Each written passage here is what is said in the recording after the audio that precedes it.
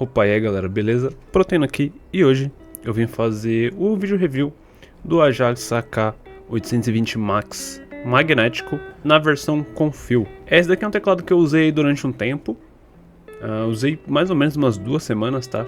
Porque eu usei na primeira semana ali com o software X, aí depois eles fizeram uma atualização de software e eu utilizei na outra semana com outro software para fazer alguns outros testes com ele. E outra coisa também, eu tava esperando essa atualização de software justamente porque esse teclado tem alguns probleminhas que eu vou estar falando aqui no vídeo, mas problemas assim que você dá para resolver justamente também porque teve essa atualização. Mas de toda forma, esse daqui não é um teclado assim perfeito. E outra coisa relacionada a isso é que também tem muitas pessoas que vêm nos vídeos procurar o software dele, né? Então, se você veio aqui exclusivamente para achar o software, se já tiver esse teclado, vai estar aqui na descrição o link de um vídeo que eu fiz ensinando a baixar o software mais atualizado dele, tá? Porque ele tem 2 softwares, porém um é o mais atualizado que resolve alguns problemas. Então caso você veio para isso, o link do vídeo vai estar aqui na descrição juntamente com o link do teclado também. Caso você queira comprar, então eu vou estar deixando ali o link do teclado também. Bom, dito isso, vamos começar então o review do teclado. Vou falar algumas coisas que eu já falei no vídeo de unboxing, primeiras impressões. Eu também vou corrigir algumas coisas que eu falei errado naquele vídeo, tá? Bom, e vamos começar falando aqui da construção dele. E cara, dos teclados magnéticos que eu já testei, dos custo-benefício, que eu só tô testando custo-benefício mesmo, esse daqui é o que tem, assim, a melhor construção. Ele é um teclado extremamente robusto, um teclado pesado, você sente assim que ele não é frágil. Ele tem também os pezinhos ali com regulagem em altura, então você consegue regular ali em 2 níveis. Ele tem um plástico aqui de muita boa qualidade, você consegue sentir aqui que é um bom plástico. Então assim, em questão de construção é um teclado muito bom. Ele também é gasket mount, tá? Então aí, pelo menos pra mim, é um ponto positivo a mais dele, porque eu tenho preferência por teclados gasket mount. Apesar da flexibilidade dele aqui não ser tanta, porque a plate dele ela é de metal, né? Não é aquela plate daquele material flexível, né? Que geralmente tem nos teclados gasket mount. Então ele acaba não ficando tão flexível assim, mas de toda forma ele continua sendo aí um gasket mount. Bom, as keycaps dele, segundo a Jaz, é em PBT. Eu sinceramente achei ela um pouquinho lisa, parecida com o ABS, mas eu posso estar errado, eu também não tenho tanta experiência assim com keycaps, então pode ser sim que seja PBT. São em double shot, então de toda forma são keycaps de boa qualidade. O único porém aqui é que elas não são vazadas. Ele até tem esse teclado aqui na versão com as keycaps vazadas, porém com os caracteres e as legendas aqui na frente, né? Mas se eu não me engano é um pouquinho mais caro, tá? Mas de toda forma, pelo menos essas keycaps aqui eu gostei bastante. Eu particularmente não trocaria, eu achei elas bem bonitas. No máximo eu colocaria keycaps pudding aqui, porque esse teclado aqui tem um RGB muito forte e muito bonito também, né? Então acho que com keycaps pudding ele ficaria até ainda mais bonito. Bom, esse teclado aqui também ele tem alguns mods de fábrica, tá? E eu até pra me corrigir aqui, no vídeo anterior de review dele eu falei que ele tinha um mod que tem a espuminha ali em cima da PCB, onde você coloca o switch, né, que acaba diminuindo ali um pouco o som, muda um pouco a característica de som dele. Porém, na verdade ele não tem, a PCB desse teclado é preta. Eu acho que eu nunca tinha visto até então uma PCB preta, geralmente é branca ou sei lá, PCB preta realmente eu não tinha visto. Então não tem espuminha, é só a PCB dele mesmo.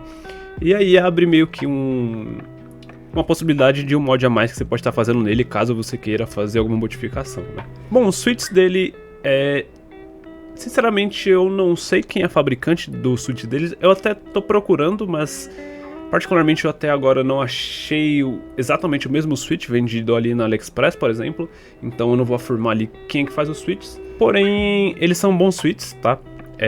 Eles não são switches tão leves assim, e não que isso seja um ponto negativo, é um ponto aí de preferência de cada um.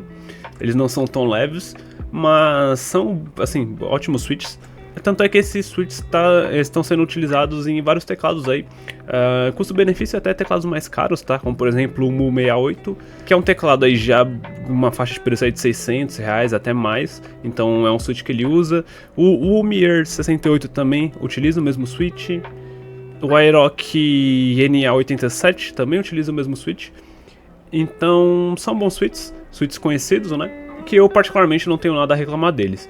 E fazendo uma outra correção também, no último vídeo eu falei que os switches não eram lubados, mas eles são lubados sim, tá? Eu acabei errando mesmo, então os switches já vêm lubados de fábrica. Bom, e outra coisa que provavelmente vão perguntar, e eu fiz o teste, né? Que é sobre a compatibilidade de switch dele. Então esse teclado aqui ele é compatível com os switches da Gateron. Eu fiz o teste aqui, coloquei os Gateron Orange que eu utilizo ali no meu Rei V68 e funcionou assim, sem nenhum problema. Ele também vai ser compatível com os Raptor da Dreamworks, que eu acho que é o nome da marca. Então assim, ele é compatível assim com uma vasta gama de switch mesmo, menos ali os Ultemos, e tem um switch da Kayo também que não vai ser compatível.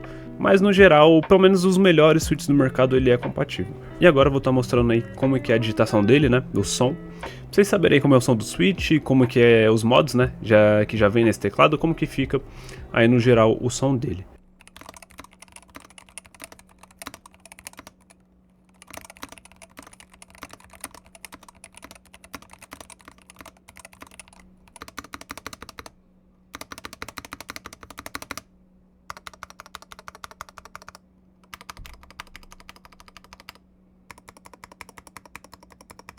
Bom, então acho que eu já falei aí das partes boas desse teclado.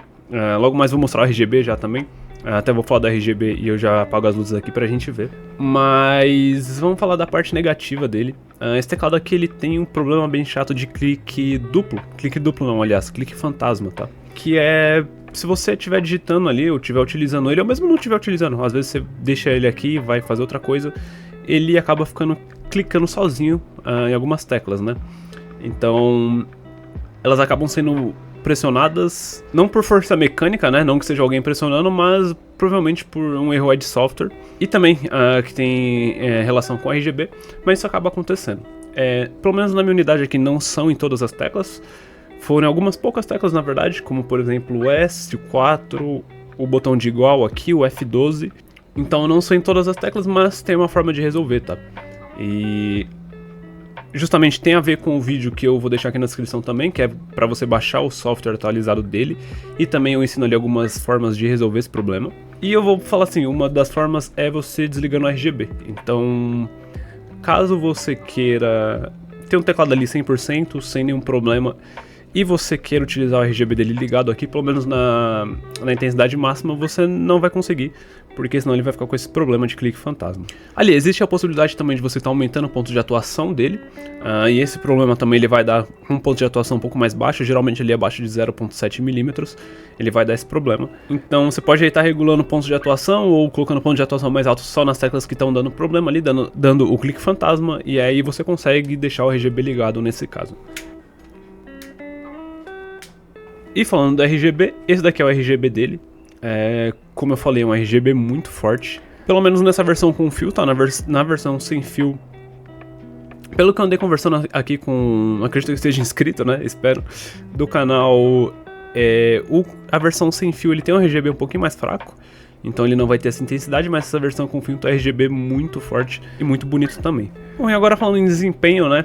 Considerando que o problema ali do clique fantasma foi sanado, né?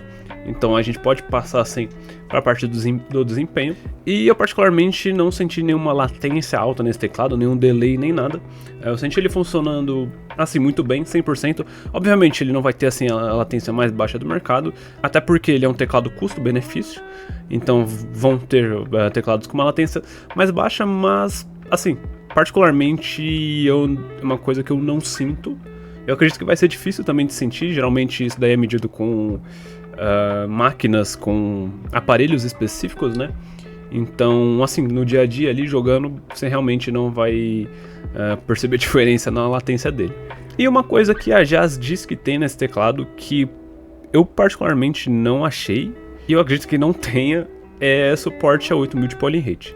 Pelo menos se tiver, eles não adicionaram no software dele, nem nesse último software mais atualizado, eu não encontrei. Então eu acho que não tem, ele só vai até 1000 de polling rate. Assim como a versão sem fio dele, né? Esse era para ser um diferencial também entre a versão sem fio e com fio, mas não é. Mas de toda forma, como eu falei, você não vai sentir isso aí no dia a dia. É só realmente uma coisinha a mais ali, mas que eu acho que não deveria ser uma coisa decisiva entre uma compra ou não. Ao não ser que você realmente queira assim, a performance máxima de um teclado, aí obviamente você vai ter que pagar até um pouco mais caro em teclados com suporte a 8K e com, como eu disse ali, com a latência mais baixa. Os switches funcionam bem ali no ponto de atuação em 0.1 mm, tá? Eles são switches sensíveis, eu acredito que ele fica bem próximo do 0.1. Talvez não seja exatamente 0.1 milímetros quando você coloca no 0.1.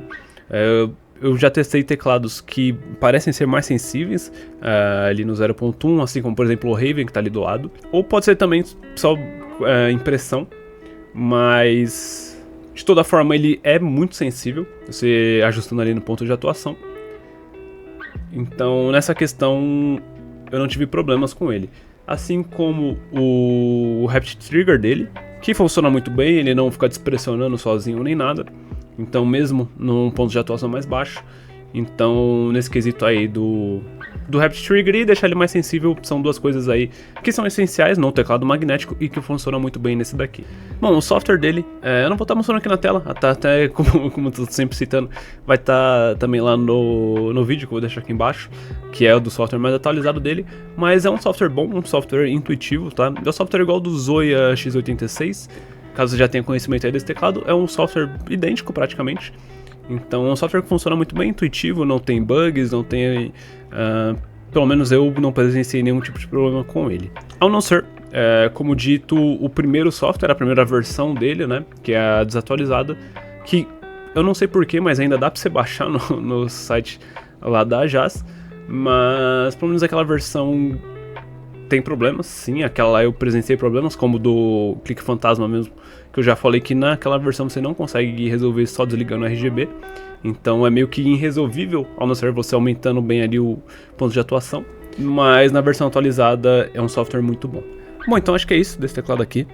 Se tiver alguma dúvida, alguma pergunta, pode deixar aqui nos comentários, que eu vou estar respondendo, e se inscreve aí, porque logo mais vai ter outros vídeos de outros teclados, custo-benefício também, mouse, eu tô com bastante vídeo aqui pra gravar de coisa que eu já usei, então tem bastante vídeo aí que vai vir pela frente, beleza? Então é isso, até a próxima e falou!